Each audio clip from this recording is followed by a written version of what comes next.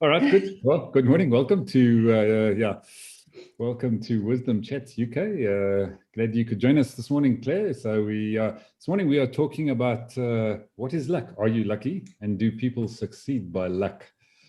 So this is the way we're going to go. So I'm going to go across to Ed first, and I know he's a very lucky fellow, being a recovering accountant and all sorts of other things. But so Ed, what is luck? Is it real? Yeah, it's quite interesting. About 2000, maybe 2001, due to a weird set of circumstances, I was invited by a Mother Superior to visit a convent in Durban, as you do. And when we're standing in the courtyard, we were looking up at the chapel, and Mother Superior was explaining how they were very lucky. Well, not lucky, that God was looking after them, because lightning has struck the tower of the chapel, and a huge chunk of masonry came off, and it hit the ground. And Mother Superior said God was looking after us because there was no one in the courtyard at the time. And I kind of thought, well, if God was looking after you, he'd made sure the lightning didn't hit the chapel in the first place. And I think luck often depends on where you look at it in the story. And yesterday I went out running. I was running down a steep hill and I tripped and fell. Now, I was very lucky because I managed to take a couple of stumbling steps, and rather than fall on the rocks, I fell on the mud to the side of the road in a patch of stinging nettles. Now, you might not think that's lucky, but I do, because I avoided the rocks, which could have caused me serious damage. I had a big fall and I'm quite sore this morning, but nothing's broken. So I think, with luck, it's how you view it and where you view it from. And a lot of people say, I'm lucky to live in Cornwall.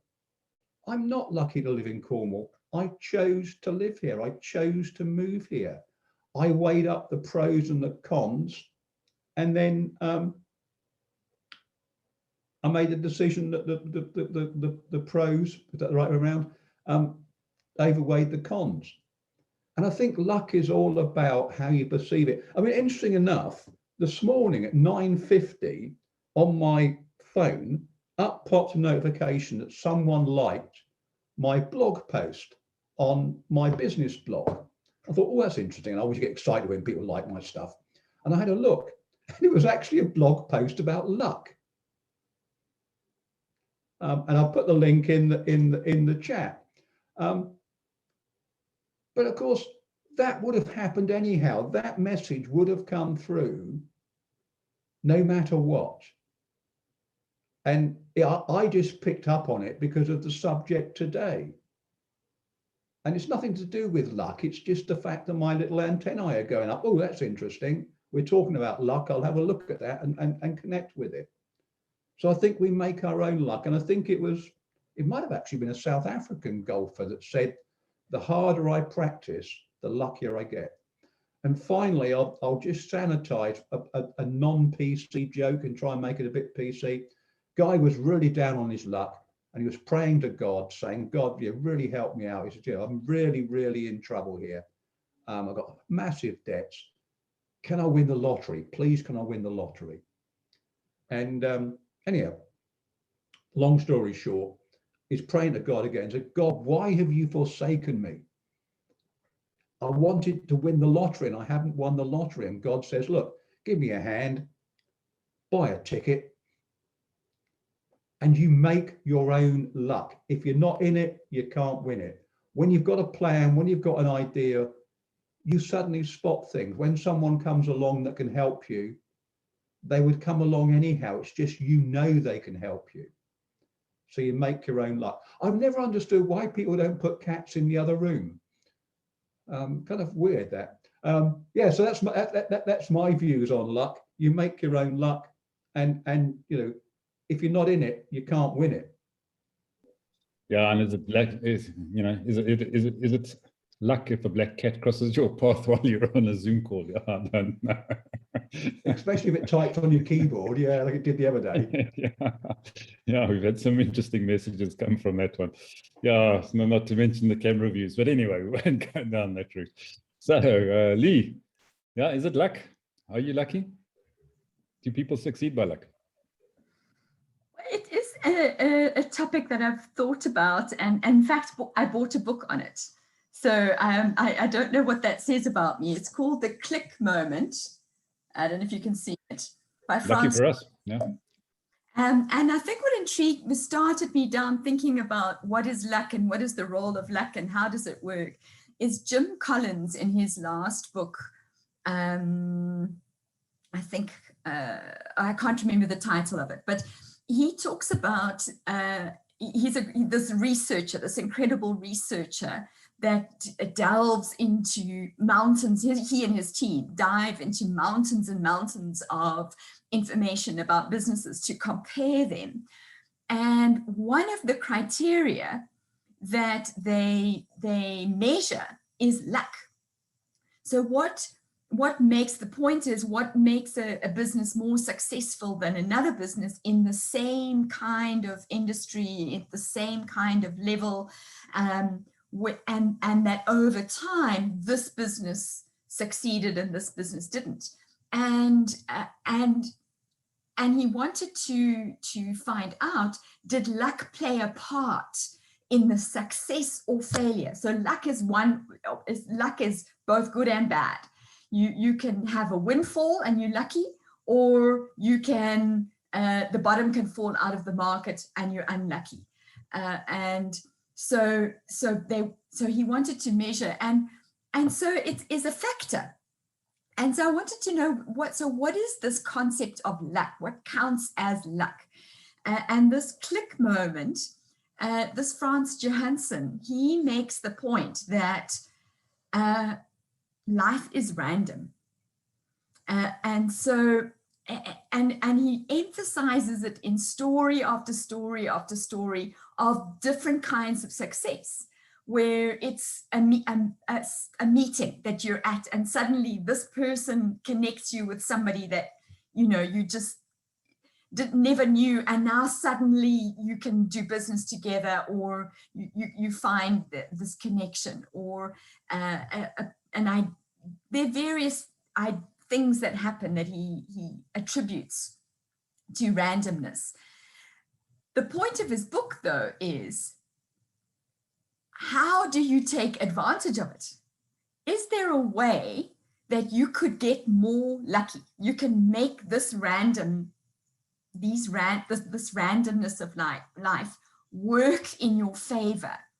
And again, he gives examples of Howard Schultz and Starbucks going on holiday and suddenly connecting. Italian espresso. Starbucks at that stage was just a coffee bean company. They just sold coffee beans. They didn't actually have a retail part to their business. And he struck on this espresso that wasn't even a thing in America at the time.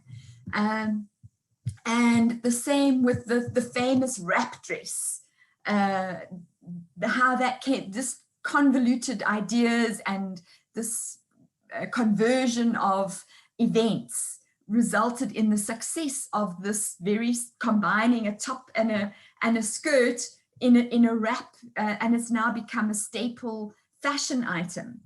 And so how does that happen? And I want to just read a couple of things that he says that helps you to be more lucky.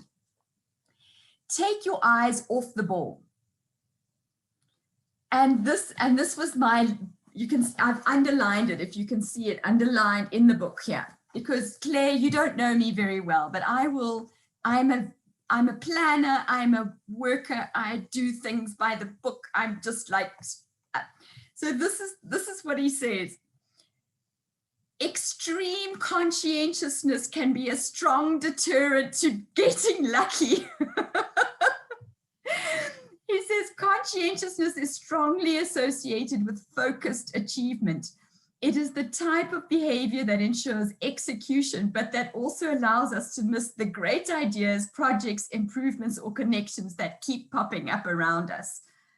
Unfortunately, by rigidly pouring all our efforts into one approach, we miss out on the unexpected paths to success. In this sense, it is quite possible to try too hard. So, and taking your foot off the accelerator, going to new places, and then just quickly, just to say, he also use intersectional thinking. So go to a different place that you've never been before, meet somebody that you've never thought to meet, create diverse teams, and then follow your curiosity and reject the predictable path. So there's many, many other things that he talks about. So I just find it fascinating that there's actually a way that, as Edward says, you can actually make your own luck, but there's no guarantee. Yeah, well, thanks, Lee. Talk about intersectional thinking and curiosity makes me wonder whether you better not ask the Cheshire Cat which way you're going to go, but that's another story. So yeah, Claire, you've got a little bit of an idea of the way we roll here in the mornings. So yeah, what are your thoughts on luck? It's like I can really resonate with a lot of what Lee has just said, because I am conscientious to the point that it debilitates me. I want to do the best, and I just, I don't waste time on it, but I invest a lot of time in doing the job properly and following the rules and making sure that everything's done absolutely. And sometimes I practice Reiki. I've practiced Reiki for a long time. I don't do enough of it, but I do. And when I go and practice Reiki, I just feel like an entirely different person, and things then happen very differently. So rather than being focused and driven and doing things by the book, it's almost like you're just putting your faith in the energy, and different things happen. You become much more aware of, if you meet somebody different. And this conversation with me just now is resonating a lot, because I am trying to have a bit of a plan in my head, and everything happens everything happens for a reason. And especially when I'm thinking about my Reiki work and the energy, there's lots of different things and different signs that I take as being a guide to the right path for me. So I sometimes put my faith out there and see what happens, rather than I've got a to-do list here, and it's like, yeah, I have to do that. And sometimes it's nice just switching that to being more relaxed, calmer. It's an entirely different thought process, I think.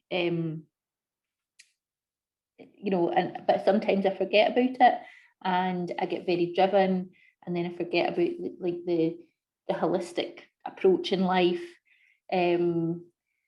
So at the moment, like this morning, I've journaled for the first time in a long, 6 months. It's the first time that I've journaled, properly, really properly, and just putting what my thoughts are out there. And I'm a great believer that once it's there, it will happen. But I also think that you've got to, you can't just, like Ed was saying earlier about, you can't win the lottery without buying a ticket. So there's some practical things that you've got to do. It can't all just be, there's going to be a lottery ticket that's going to win. It's going to flutter into the, in front of me walking along the street someday. That's not going to happen. It'd be nice if it did. If it does, I'll let you know and I'll share it with you. But I do think that I'm a lucky, yes, I'm fortunate. There's certain things in life that that's been thrown my way, and it's like, God, how am I going to deal with this? But you get through it. You learn from it. but luck, I don't see it as, God, this is really difficult. I do see, like, I'm very fortunate. I live in a beautiful part of the world. I've got lots of, things that I'm so grateful for. Is that luck, or is it just the way that that destiny's paved my path? So I'm probably making absolutely no sense at all, but that's just, I'm just kind of putting my thoughts out there as they come. No, that's great. Thanks, Claire. Yeah, you don't have to worry about making sense on this forum. It's we just like to challenge people to think. So it's that's what it's all, and clearly made you think a little bit. Yeah, definitely. But no, that's great. Thank you. So we'll go across to somebody that never makes any sense at all. So you don't have to worry about it. That's Trevor. So yeah, Trevor. Yeah, I was getting annoyed with Claire there. She was trying to usurp my position on this forum here. So it's my reserve to make no sense at all. So what is the topic again? Right, so this thing about luck, I think you've all stolen where I was going to go. But I was thinking a little twist on the Gary Player quote of "you make your own luck," is I was just thinking of climbing up a mountain, and you get to the top of the mountain, you have this fantastic view out over just the world. So you can imagine a clear day on the top of Everest, and you turn around and say, gee, how lucky were we to actually get this view? You weren't lucky. You climbed up that blooming mountain to get to it. And there are many other people that never ever did it. And I was struck by the thought that Lee put in from the book about randomness. And I believe you've actually got to do random things. You've got to do things where you were thinking, why the hell am I doing it? And we're actually going to have a discussion after this, our own little wisdoms meeting. But I'm going to slip in here. Lee has been doing work, and Ivan, and it's all been coming together on little pictures of all of our meetings, just in a beautiful format. And they might have been turning around and saying, well, why am I doing this every day? Why am I doing this every day? But it's like putting a peanut into a big bag, and it suddenly becomes a huge bag of peanuts, which start being covered by chocolate coating. And when I look at this huge bag of individual things that you've done, you've created something that is on a global scale. And if Claire, if you haven't seen it, please let me just try and share screen of what I'm talking about here. No, I can't. So bad luck. I can't share a screen of what I'm talking about because I can't see it. So I won't do that. But if you, Ivan, perhaps bring up Wisdom's Facebook and go to the photos if you can, and just show Claire what Lee has been doing every single day to make this huge montage of a global business wisdoms. And I think that is the epitome of doing something every day that you might not think, what is it about? But it becomes the stepping stone to the biggest break of luck you can possibly have, because the next random connection, and I had the random connection yesterday, met with a group in Australia who is connected worldwide to 33,000, just go to photos, yes, that there, and Claire can have a look at these, just these individual little pictures. I mean, there are tons and tons of them, but they represent chats like we're having right now.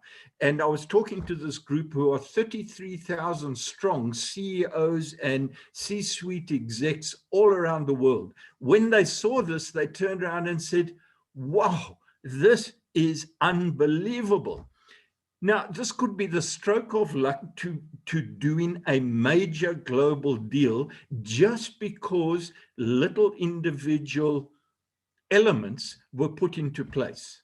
And it's part and parcel of this. You make your own luck.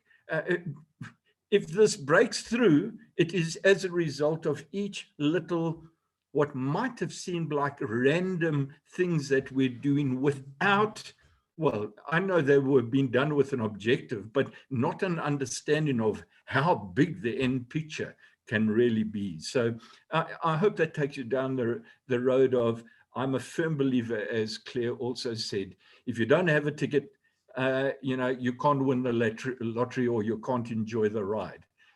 So you make your own luck by doing things. And I love the randomness of doing things. Go off in different directions. That's why I'm a nomad, and I will go off in different directions. So I am the master of not making any sense clear, and this is my seat. Please do not try and push me out of it, but they might invite you back next week.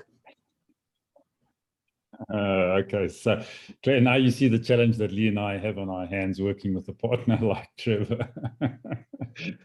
Yeah, Lee's the perfectionist. I'm the analytical, and we've got this random body that floats in and out of our discussions as the third element. Yeah. So yeah, luck. I think it's there's a little saying that I like is luck is what happens when preparation meets opportunity.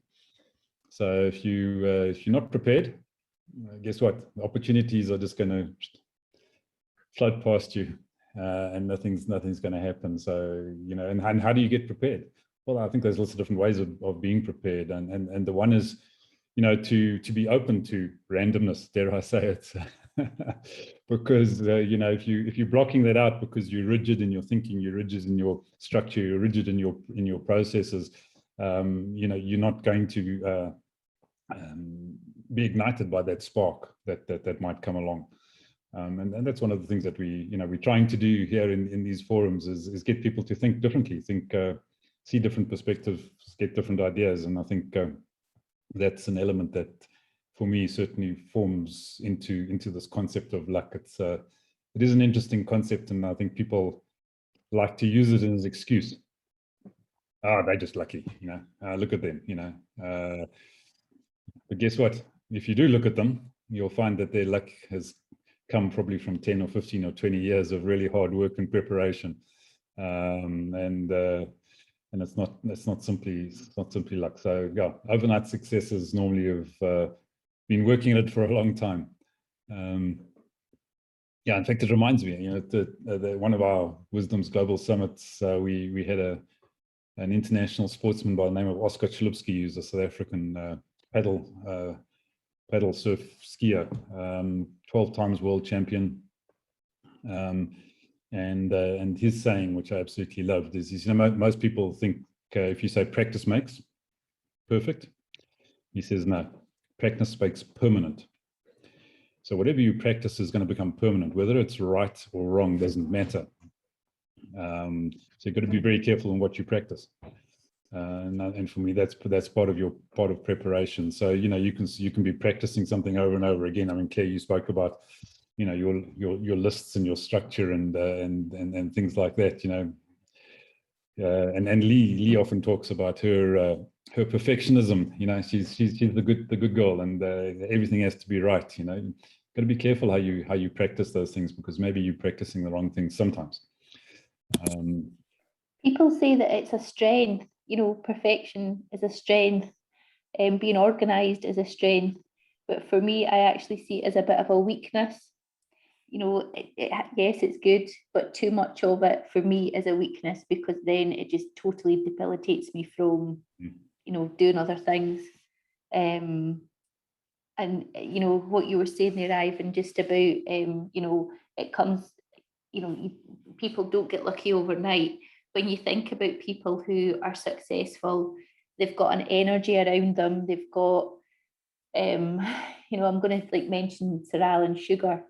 I'm not his biggest fan, but he's very entrepreneurial, and I think that you need to have that that mindset, that outlook as well, and be have a personal drive. I started off my business just in the summertime last year, and I've not been a risk taker. I'm in my early 40s, and I'm not somebody that likes to take a risk, but life was just, you know, it was a complete stress case, and it was like, I'm going to have to make a change. And it was a massive decision for me to make that change from the normal, from having a steady income to doing something that was way out my comfort zone. But so far, touch wood, it's been the best thing that I've ever done. And that for me has been a lesson to put myself into different situations, because who's to say that it's not going to work? You know, one of my favorite sayings is about, what if, you know, like a bird is going to be spreading its wings, but what if it fails? But the opposite is, but what if you soar? What if you fly? And that's one of my favorite, you know, quotes. And unless you try, you're never going to know. And, you know, I could go on the subject for a long time. So No, Trevor that's should great, yeah. share that poem with Claire that he wrote about soar. That'd be really good. Sorry to interrupt. No problem. There are also no rules in this forum, Claire, so you don't have to worry about any rules. So we have no rules and regulations here. You can interject and interrupt, and you know, you can type funny things in the chat box, and it's all good. Good. All right. So yeah, I think like something did come to mind, but I've completely forgotten. So anyway, thoughts for a topic for next week, I think is probably where we're at, Lee. Claire said something that I've often thought about and wondered whether it would be a good discussion, and that is our strengths and weaknesses, and what, because I've also, like Claire, perhaps also over time, things that I thought were strengths have actually turned out to be weaknesses. And things that I thought were weaknesses have turned out to be strengths. And so I'm wondering whether we talk about that next week. Strengths and weaknesses, and how true are they for us? Yeah, and flipping it. Yeah, flipping what's a strength and what's a weakness. So let's talk about that. All right, great. Yeah, strengths and weaknesses. We'll do that next Wednesday. But Claire, if you don't know already, we do this every weekday morning, an hour earlier. So you're also welcome to join those. And we also do a third session today. So this is our second session today already, but we do a third session today at 2 p.m. your time, where we connect with folk in the US as well. So, and also on the same link. So you're welcome to join any of those, and extend the invite to anyone you know. Perfect. Excellent. Thank you very much. Good. Well, great to have you on board this morning. So go and think about strengths, forget about the weaknesses. That's just, you know what I mean. Can I apologise? I can't make the 2 o'clock one. So can you apologise to BJ for me, please? I'll tell you you're off visiting, but not Fort Madison. So yeah. That's it. Yeah. All right. Good. Lovely to meet you, Claire. Bye, everyone. Nice to meet you too. Have a Take great care. day further. Cheers, guys. Bye-bye. Ciao.